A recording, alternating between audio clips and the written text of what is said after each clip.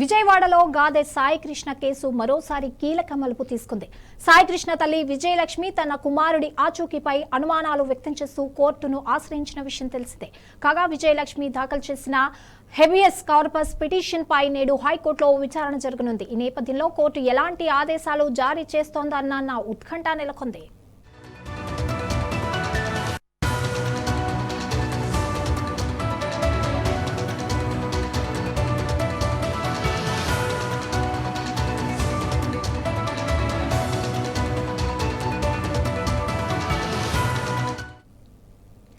ఈ కేసులో దర్యాప్తు కొనసాగుతున్న నేపథ్యంలో ఇప్పటికే కీలక పరిణామాలు చోటు చేసుకుంటున్నాయి. విచారణలో భాగంగా కృష్ణలంక మాజీ సీఐ నాగరాజును పోలీసులు అరెస్ట్ చేసిన విషయం తెలిసిందే.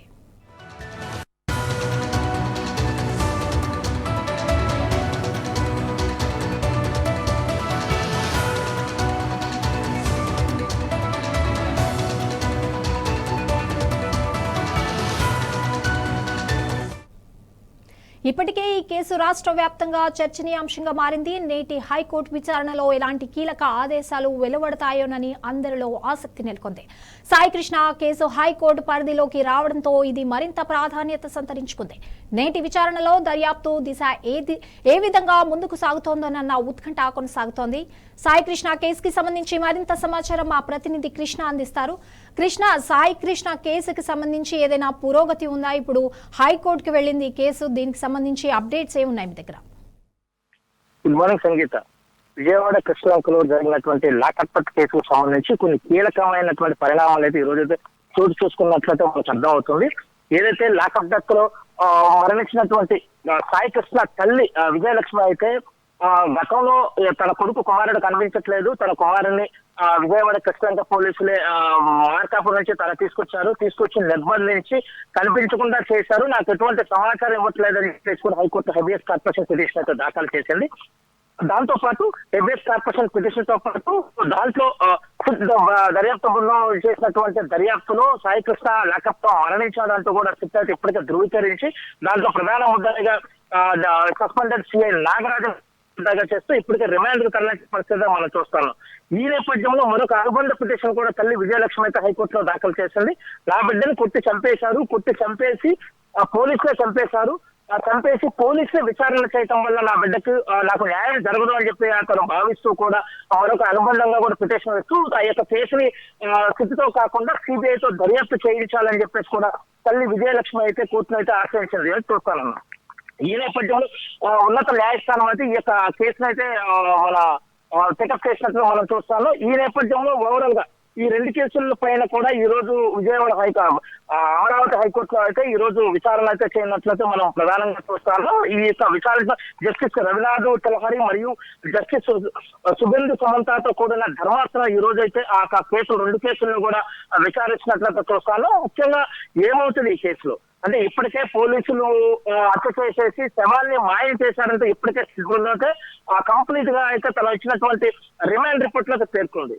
కానీ హెబియస్ కార్పొరేషన్ పిటిషన్ లో ఈ రోజు మేము ముద్దాయిలు ఏదైతే సాయి కృష్ణని హత్య చేసి చంపేసి లాకప్ డెత్ లో చంపేసి బూడిద చేశామని చెప్తారా, లేకపోతే మరెక్కడన్నా ఉన్నాడని చెప్తారని చాలా ఉత్కంఠభరితంగా అంటే అసలు ఈ తీర్పులో ఎటువంటి నాగరాజు తరఫున ఉన్నటువంటి అడ్వకేట్స్ ఏమని వాదిస్తారో అర్థం కనిపిస్తుంది. ఇప్పటికే ఒక పక్క చూసుకుంటే సిట్ అయితే ఇప్పటికే నిర్ధారణ చేసింది లాకప్ లో మరణించాడు, లాకప్ లో కొట్టి చంపేశారంటూ కూడా ప్రాథమికంగా ధృవీకరించి ఛార్జ్ షీట్ లో పొందుపరచడం చూస్తాను. మరొక విధంగా ఏంటంటే ఆ శవం ఎక్కడ ప్రస్తుతానికైతే ఆ సాయి కృష్ణ డెడ్ బాడీ ఇంతవరకు లభించకపోవడం చాలా ఉత్కంఠంగా అయితే ఈ కేసు అయితే ఉండబోతుందని అయితే మనం స్పష్టంగా చెప్పవచ్చు సంగీత. అయితే వర్మ, ఇక్కడ సిఐ నాగరాజుతో పాటు ఇంకా ఎవరైనా అనుమానితులు కానీ ఇంకా ఎవరైనా అధికారులు కానీ దీనిలో ఇన్వాల్వ్ అయి ఉన్నారా? అండ్ పోలీసులు ఇవాళ హైకోర్టు ముందుకి వాళ్ళని కూడా ప్రవేశపెట్టనున్నారా? ఏమైనా ఛాన్స్ ఉందా? ప్రధానంగా ఈ యొక్క నాగరాజుతో పాటు నాగరాజుకి సహకరించారు అంటూ కూడా మరొక ముగ్గురు పైన అనుమానాలు ఇప్పటికైతే సిద్ధంగా అయితే వ్యక్తం చేస్తుంది. ఒకటి తనకు సన్నిహితంగా ఉండేటటువంటి హెడ్ కానిస్టేబుల్ అశోక్ తో పాటు జంగం నాని, మరొక హెడ్ కానిస్టేబుల్ తో పాటు ఇంకొక కానిస్టేబుల్ ఏదైతే కృష్ణంక పిఎస్ లో పనిచేస్తున్నటువంటి మరొక కానిస్టేబుల్. ఈ ముగ్గురుపై కూడా ఇప్పటికే అనుమానత వ్యక్తం చేస్తున్నట్టు చూస్తాను. ఇద్దరు వ్యక్తులు వారిద్దరైతే ఇప్పటికే పోలీసు పరారీలో ఉన్నట్లయితే ఇప్పటికే పోలీసులు అయితే ధృవీకరించారు. వారిద్దరి కోసం ప్రత్యేకంగా ఒక task force, central task force బృందాన్ని కూడా ఒక టీములుగా ఏర్పాటు చేసి బృందాలుగా కూడా హైదరాబాద్, బెంగళూరులో ఉన్నట్లు కూడా వచ్చిన సమాచారం నేపథ్యంలోనే అక్కడ కూడా వారి కోసం సెర్చ్ ఆపరేషన్స్ చేసినట్లయితే చెప్తున్న మాటలు. మరొక హెడ్ కానిస్టేబుల్ గా పనిచేస్తున్నటువంటి దాంట్లో అతని పాత్ర కూడా ఉంది అని చెప్పేసి అతన్ని కూడా ఈ రోజు అరెస్ట్ చేస్తారు అంటూ కూడా అరెస్ట్ చేసి జడ్జి ముందు ప్రవేశపెడతారని కూడా మనకైతే స్పష్టంగా అర్థమవుతుంది.